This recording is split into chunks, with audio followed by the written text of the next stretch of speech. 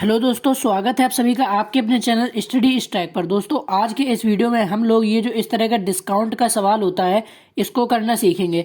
तो सवाल क्या है कि एक किताब का मूल्य 450 यानी कि 450 रुपये है। अब यदि इस किताब पर 30% की छूट है, इस किताब पर अगर 30% की छूट है तो दुकानदार को हमें कितने रुपए देने होंगे, ये आपसे क्वेश्चन किया गया है। ठीक है, तो अब देखिए, जब भी आप किसी दुकान पे कोई सामान लेने जाते हैं तो उस पर लिखा होता है कि 30% की छूट है, 15% की छूट है, 17% की छूट है, ठीक है, 12% की छूट है, तो ऐसा लिखा रहता है। ठीक, तो यही दिया गया है कि किताब का मूल्य 450 है और 30% की छूट है। तो अब हम दुकानदार को भैया कितने रुपए दें, तो यहाँ देखिए सबसे पहले हम लिखेंगे यहाँ पर कि किताब का मूल्य।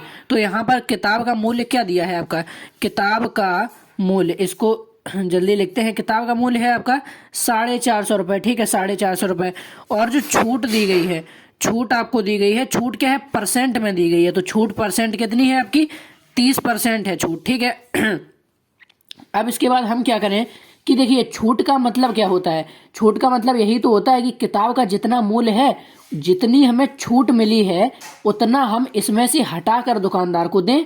छूट का मतलब यही तो होता है ना कि छूट मतलब इसका 30% रुपये हमें छोड़ दिया गया है, यानी कि 450 का जो 30% रुपया है वो हमें दुकानदार को नहीं देना है, उसको हटा कर देना है। तो हम क्या करें कि जो 450 का 30% है पहले वो निकाल लें और उसको 450 में से घटा दें, तो जितने रुपए आएंगे वो हमें दुकानदार को देने होंगे। ठीक है, तो चलिए यही करते हैं। तो सबसे पहले हम क्या निकालेंगे कि आपकी ये जो छूट है ये परसेंट में दी है, छूट क्या है, परसेंट में दी गई है 30%। तो ये जो 30% है ये रुपयों में कितनी होगी सबसे पहले वो देखेंगे। तो जब हम निकालेंगे छूट किस में, छूट निकालेंगे हम किस में, रुपए में, छूट निकालेंगे रुपए में।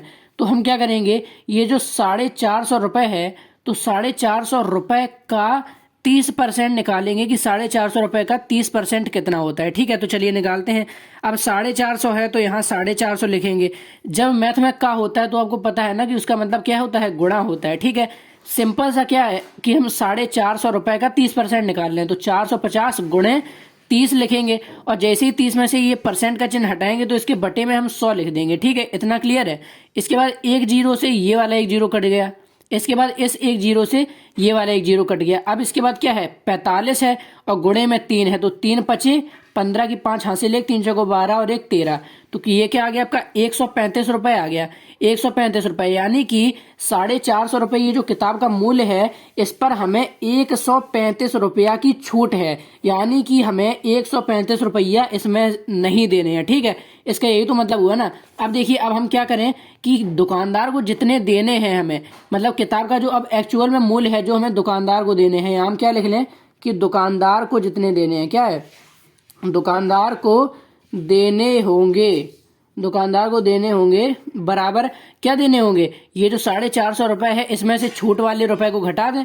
तो 450 में से कितना घटा दें, 135 हम घटा दें, तो जितना आपका आएगा उतना ही रुपए देना होगा। तो देखिए 10 में से 5 जाएगा 5, 4 में से 3 जाएगा 1 आएगा, ठीक है, 4 में से 1 जाएगा 3 आएगा, तो देखिए 315 ही रुपए आएगा ना। देख लीजिए एक बार चेक कर लीजिए, 5 5 10 की जीरो हासिल, 1 3 1 4 1 5 3 1 4, तो देखिए 315 रुपये आ गया ना आपका। तो ये जो 315 रुपये है यही आपका आंसर है, यानी कि अगर एक किताब है जो 450 रुपये की है और अगर 30% की छूट है तो यानी कि दुकानदार को कितने देने होंगे, तो 315 रुपये हमें दुकानदार को देने होंगे। तो दोस्तों आशा करता हूं कि आपको ये समझ में आ गया होगा इस तरह के सवाल को कैसे करते हैं। अगर आपको ये वीडियो अच्छा लगा तो वीडियो को लाइक करें और चैनल को सब्सक्राइब करें। Thank you.